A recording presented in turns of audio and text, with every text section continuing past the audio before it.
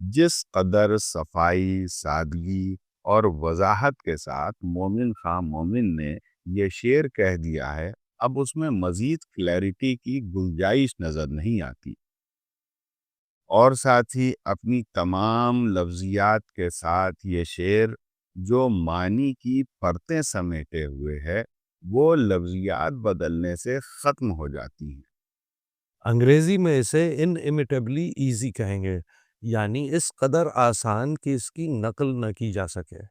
مثال کے طور پر مومن خان کے موضوع کو دوسرے انداز میں بابر امام نے اپنے ایک شعر میں خوب باندھا ہے۔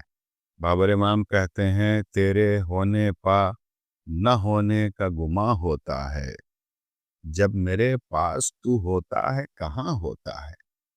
یہ مکمل غزل بابر امام کے کلیکشن فریب رنگ و بو میں موجود ہے، جو دیوناگری اور اردو دونوں اسکرپٹ میں شائع ہوئی ہے۔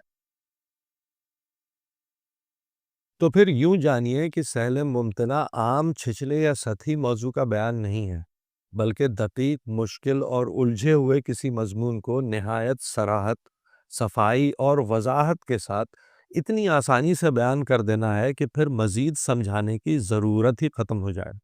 الفاظ کے سادہ استعمال سے یہ قطعی مراد نہیں کہ عامیانہ زبان کا استعمال کیا جائے، بلکہ مشکل الفاظ بھی سہل ممتنع میں استعمال کیے جا سکتے ہیں، بشرطے ان الفاظ کا استعمال برمحل اور بے بدل ہو۔ جیسے غالب کا یہ شعر دیکھیے، موت کا ایک دن معین ہے، نیند کیوں رات بھر نہیں آتی۔ یہاں لفظ معین عام استعمال کا لفظ نہیں ہے، لیکن اس کی جگہ اگر کوئی دوسرا لفظ لا کر شعر کو آسان کر دیا جائے تو کیا ہوتا ہے، ملاحظہ فرمائیے۔ موت کا ایک دن ہے طے غالب، نیند کیوں رات بھر نہیں آتی۔ حالانکہ ہم طے کو معین کے معنی میں ہی استعمال کرتے ہیں، لیکن ان میں بنیادی فرق ہے وقت کا۔ طے مقرر شدہ وقت کے لیے ہوتا ہے، لیکن معین ابدی یعنی ٹائم لیس یا ایٹرنل ہے۔ دوسری بات یہ ہے کہ اس رد و بدل سے مصرعے کی لے بھی مجروح ہوتی ہے۔ ہو سکتا ہے کہ اسی وجہ سے غالب نے معین کو اپنے اس مصرعے میں رکھا، ورنہ وہ لفظ طے سے ناواقف نہیں تھے۔ کہتے ہیں، مستانہ طے کروں رہے وادی خیال، تاباز گشت سے نہ رہے مدعا مجھے۔ سہل ممتنع میں کہے گئے اشعار آفاقیت کے حامل ہوتے ہیں، یعنی یہ وقت کی قید سے آزاد ہوتے ہیں اور زمانے سے متاثر نہیں ہوتے۔ ان کی حساسیت، لطف اور معنی آفرینی سینکڑوں برس گزر جانے کے باوجود قائم رہتی ہے۔ جیسے یہ شعر دیکھیے، نہ تھا کچھ تو خدا تھا، کچھ نہ ہوتا تو خدا ہوتا، ڈبویا مجھ کو ہونے نے، نہ ہوتا میں تو کیا ہوتا۔ اگر اس شعر کا جائزہ لیں تو کائنات کی تخلیق سے لے کر انسان کی تخلیق اور انسان کا اپنی ہستی کی بے مائگی کا شکوہ سب موجود ہے۔ کیا یہ شعر آج کے زمانے کا شعر نہیں ہے؟ یہ اتنا ہی ہمارے زمانے کا شعر ہے جتنا غالب کے زمانے میں رہا ہوگا، اور یہی حالت مستقبل میں بھی قائم رہے گی۔ تو آئیے صاحب سہل ممتنع کی چند مثالیں دیکھ لیتے ہیں۔ کھیل کوئی نہ عمر بھر کھیلے، ہم جو کھیلے تو جان پر کھیلے۔ اس شعر کے پہلے مصرعے میں کھیل عمر بھر کھیلے اور دوسرے مصرعے میں ہم جو کھیلے اور جان پر کھیلے، یہ تمام استعارے ہیں۔ کھیل کئی قسم کا ہوتا ہے، مثال کے طور پر ایک ایسا کھیل جس میں جسمانی مشقت ہو، یا پھر ذہنی داؤ پیچ کا کھیل، محبت کا کھیل وغیرہ۔ اب آئیے پہلے مصرعے سے پیدا ہونے والے مختلف معنی پر ایک نظر ڈالتے ہیں۔ پہلا مصرعہ ہے، کھیل کوئی نہ عمر بھر کھیلے۔ اس مصرعے میں ابہام ہے، یہ طے نہیں ہو پا رہا ہے کہ شاعر اپنے بارے میں یہ بات کہہ رہا ہے کہ اس نے عمر بھر کوئی کھیل نہیں کھیلا، یا پھر کسی کو کھیل کھیلنے سے روک رہا ہے، یا پھر یہ کہہ رہا ہے کہ اگر کسی کو کھیل کھیلنا ہی ہے تو کم از کم عمر بھر نہ کھیلے۔ یا پھر یہ تمام باتیں ایک ساتھ کہہ رہا ہے؟ اب آئیے دوسرے مصرے کو دیکھتے ہیں۔ مصرع یوں ہے: ہم جو کھیلے تو جان پر کھیلے۔ یہاں بھی ابہام کی ہی موجودگی ہے۔ اس مصرے میں بھی کئی موضوعات پوشیدہ ہیں۔ سیدھی بات تو یہ ہے کہ شاعر یہ بات کہہ رہا ہے کہ جب اس نے کھیل کھیلا تو وہ جان پر کھیل گیا، لیکن اگر غور کیا جائے تو معلوم ہوتا ہے کہ شاید وہ یہ کہنا چاہتا ہے کہ ہمارے پاس کچھ اور داؤ پر لگانے کو تھا ہی نہیں، تو ہم نے جان ہی داؤ پر لگا دی۔ اس کے علاوہ ایک اور معنی نکل رہا ہے کہ کھیل جب کھیلا جاتا ہے تو جیتنے کے نتیجے میں کوئی قیمتی انعام ملتا ہے جس کے لیے کھلاڑی مقابلہ کرتا ہے۔ اس کے علاوہ ایک اور معنی نکل رہا ہے کہ کھیل جب کھیلا جاتا ہے تو جیتنے کے نتیجے میں کوئی قیمتی انعام ملتا ہے جس کے لیے کھلاڑی مقابلہ کرتا ہے۔ لہٰذا شاعر یہ کہہ رہا ہے کہ چونکہ ہمارے لیے جان ہی سب سے زیادہ قیمتی شے تھی، لہٰذا ہم اسی کے لیے کھیل گئے۔ یا پھر یہ کہتا ہے کہ ہم نے جو طرز زندگی اختیار کیا، اس میں جو مقابلے تھے ان میں جان کی بازی ہی لگائی جاتی تھی، اس کے علاوہ کسی اور چیز کی گنجائش ہی نہیں تھی۔ رات محفل میں تیری ہم بھی کھڑے تھے چھپ کے، جیسے تصویر لگا دے کوئی دیوار کے ساتھ۔ میر صاحب کا یہ شعر سہل ممتنع میں رعایت لفظی کی باریکیاں سمجھنے کے لیے نہایت موزوں شعر ہے۔ یہاں محفل، چپ کے کھڑے ہونا، تصویر اور دیوار ایسے الفاظ ہیں جو ایک دوسرے کو کمپلیمنٹ کر رہے ہیں۔ محفل اور دیوار کو دیکھیے، جب محفل کا تصور ہوتا ہے تو اس کے ساتھ محفل برپا ہونے والے مقام کا بھی تصور ہوتا ہے۔ اس طرح لفظ محفل کو لفظ دیوار تکمیل تک پہنچا رہا ہے۔ اسی طرح چپ کے کھڑے ہونا اور تصویر ایک دوسرے کا معنی مکمل کر رہے ہیں۔ کیونکہ تصویر میں کسی کی ایسی شکل ہوتی ہے جو اس کے ہو بہو تو ہوتی ہے لیکن بول نہیں سکتی، اسی طرح چپ کے کھڑے تھے یوں کہ جیسے زندہ نہ ہوں بلکہ تصویر ہوں، ایک دوسرے کو مفہوم کی سطح پر مکمل کر رہے ہیں۔ امید ہے آپ رعایت لفظی سمجھ گئے ہوں گے۔ اب آئیے آگے بڑھتے ہیں اور معلوم کرتے ہیں کہ اس میں حسی اور معنوی تہداری کیسے پیدا ہو رہی ہے۔ تو شعر ہے: رات محفل میں تیری ہم بھی کھڑے تھے چپ کے، جیسے تصویر لگا دے کوئی دیوار کے ساتھ۔ اس کے پہلے مصرے میں چپ کے کھڑے ہونا کئی طرح کے تاثرات کا بیان کر رہا ہے۔ چپ کے کھڑے ہونا یعنی خاموش رہنا، اہل بزم کے لیے خود کو ناقابل توجہ سمجھنا، خود کو کمتر محسوس کرنا، بے جان ہونا وغیرہ۔ اب دوسرا مصرع دیکھیے: جیسے تصویر لگا دے کوئی دیوار کے ساتھ۔ اس مصرے میں تصویر ہونا ایک محاورہ ہے جو یہ معنی دیتا ہے کہ سخت حیرانی کی وجہ سے یا پھر شدید صدمے یا بے انتہا خوشی کی وجہ سے تصویر کی مانند بے حس و حرکت ہو جانا۔ ایک محاورے سے پیدا ہونے والے الگ الگ جذبات شعر کو کئی قسم کے شیڈز دے رہے ہیں۔ اب شعر سننے والا اپنے تجربات سے یہ اندازہ لگائے کہ وہ محفل کیسی تھی اور شاعر وہاں کیوں گیا اور اس پر وہاں کیا بیتی۔ آئیے ایک اور شعر دیکھتے ہیں۔ مرزا صاحب کہتے ہیں: دل ناداں تجھے ہوا کیا ہے، آخر اس درد کی دوا کیا ہے۔ چلیے اس شعر کی لفظیات پر غور کرتے ہیں۔ دل ناداں، یہاں دل کو ناداں کہا گیا ہے، یعنی بھولا بھالا معصوم ناسمجھ۔ یہ استعارہ غالب کی شاعری میں بار بار آتا ہے جہاں وہ اپنے ہی دل سے ہم کلام ہوتے ہیں۔ دل اپنی معصومیت کی وجہ سے اکثر مشکل سے دوچار ہوتا ہے۔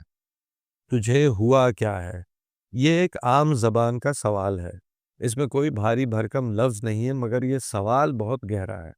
یہاں یہ معنی ہے کہ دل ایک عجیب سی کیفیت میں ہے جس کا سبب دل کے مالک کو بھی سمجھ میں نہیں آ رہا ہے، اور وہ دل کی اس کیفیت سے پریشان بھی ہے، لیکن اس کی سمجھ میں نہیں آ رہا ہے کہ وہ کیا کرے۔ اور پوچھنے پر مجبور ہو جاتا ہے کہ آخر اس درد کی دوا کیا ہے۔ یہ مصرع بھی سیدھا سادہ ہے، مگر اس کے پیچھے جو مایوسی، بے چینی اور تجاہل عارفانہ نوئنگ اگنورنس ہے، وہ پورے شعر کی روح کو چھو لیتا ہے۔ اب اس کی کیفیت دیکھیے، یہاں کیفیت مکمل مایوسی اور حیرانی کی ہے۔ غالب ایک سوال پوچھ رہے ہیں اپنے ہی دل سے، مگر اس سوال میں تعجب بھی ہے، بے بسی بھی ہے، شکایت بھی ہے اور تلاش بھی۔ تجھے ہوا کیا ہے؟ یہ سوال صرف طنز نہیں بلکہ ایک گہری غور و فکر کی کوشش بھی ہے۔ درد کی دوا کیا ہے؟ سوال دراصل علاج کا نہیں، اس درد کے وجود کی تلاش کا ہے۔ شاید دوا ہے ہی نہیں، یا درد ہی اب مستقل حالت بن چکا ہے۔ تو صاحب چند اشعار آپ کے لیے، آپ انہیں سنیں اور ان کا جائزہ لیں، اور ہمیں بھی کمنٹ کر کے بتائیں کہ آپ نے ان اشعار سے کتنے طرح کے معنی اور کیفیات دریافت کیے۔ کوئی ویرانی سی ویرانی ہے، دشت کو دیکھ کے گھر یاد آیا۔ تمناؤں میں الجھایا گیا ہوں، کھلونے دے کے بہلایا گیا ہوں۔ سرہانے میر کے کوئی نہ بولو، ابھی ٹک روتے روتے سو گیا ہے۔ آرزو تیری برقرار رہے، دل کا کیا ہے، رہا رہا نہ رہا۔ کر رہا تھا غم جہاں کا حساب، آج تم یاد بے حساب آئے۔ دل تو میرا اداس ہے ناصر، شہر کیوں سائیں سائیں کرتا ہے۔ شمس الرحمن فاروقی صاحب کہتے ہیں، سہل ممتنع کو ضرورت سے زیادہ اہمیت نہیں دینی چاہیے۔ اس فقرے کا مقصد سہل ممتنع کی اہمیت کم کرنا نہیں، بلکہ یہ ہے کہ سہل ممتنع کی شاعری دوسرے ڈکشن میں کی گئی شاعری سے سپیریئر نہیں ہے۔ یعنی آسان شاعری کو جس طرح سب سے بہتر تسلیم کر لیا گیا ہے، وہ کسی بھی حال میں مناسب نہیں ہے۔ شاعر کا کام سامعین کے لیے تفریح کا سامان مہیا کرنا نہیں ہے۔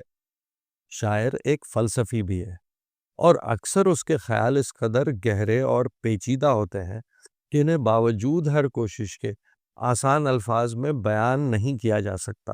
تو کیا ایسی حالت میں شاعر کو اس خیال کو فراموش کر دینا چاہیے، کیونکہ سہل ممتنع میں اس خیال کے اظہار کی گنجائش نہیں پیدا ہو رہی ہے؟ نہیں، ایسا بالکل نہیں ہے۔ اسی لیے فاروقی صاحب فرماتے ہیں کہ سہل ممتنع اپنے آپ میں ٹھیک صحیح، لیکن دوسرے ڈکشنز بھی اسی قدر اہم ہیں۔ تو دوستوں، سہل ممتنع میں بغیر سمجھے بوجھے شعر کہنا درست رویہ نہیں ہے۔ یعنی صرف آسان لفظیات استعمال کر کے اس میں زبردستی معنی تلاش کرنے کے بجائے پیچیدہ، دشوار اور الجھے ہوئے موضوعات کو سادگی کے ساتھ آسان زبان میں بیان کرنے کا فن آنا چاہیے۔ شاعری کا یہ اسلوب بہت نازک اور نہایت پیچیدہ ہے۔ اس کا سبب سہل ممتنع میں الفاظ کی آرائش ہے۔ سہل ممتنع کے اشعار میں ہر لفظ استعارے کی حیثیت رکھتا ہے، جو نئے نئے معنی ظاہر کرتا ہے۔ اس کے علاوہ اس میں پیدا ہونے والے ابہام یا ایمبیگوٹی شعر کو بلاغت عطا کرتے ہیں۔ یعنی ہر لفظ سمبل بن کر شعر کے معنی کو کئی کئی لیئرز بخشتا ہے۔ سہل ممتنع میں اشعار کہنے سے قبل ضروری ہے کہ شاعر کو الفاظ کی رعایت، روایت، تعریف، تلمیح اور محاوراتی استعمال جیسے کئی پہلوؤں پر مکمل دسترس حاصل ہونی چاہیے۔ یعنی مضمون کے اعتبار سے مناسب اور کمپلیمنٹری الفاظ کا استعمال، الفاظ کا لٹری ٹریڈیشن میں استعمال، اس کی ہسٹری، اس کی سملی اور ایڈیومیٹک استعمال کو ٹھیک سے جان لینے کی ضرورت ہے۔ تب کہیں جا کر سہل ممتنع میں ایک عمدہ شعر وجود میں آتا ہے۔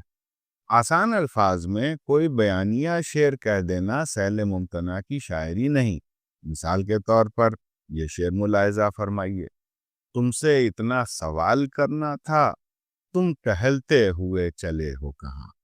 اگرچہ اس شعر میں نہایت آسان زبان میں بات کہی گئی ہے، ایسا بھی نہیں کہ یہ محمل گوئی ہے، بلکہ ان دو مصروں میں ایک مکمل بات جس طرح سے کہی گئی ہے، یہی بات اس سے زیادہ آسانی سے کہنا مشکل معلوم ہوتا ہے۔ اس کے باوجود یہ شعر سہل ممتنع کا شعر نہیں کہا جائے گا، کیونکہ نہ تو اس میں استعارہ سازی ہوئی ہے، نہ ابہام ہے۔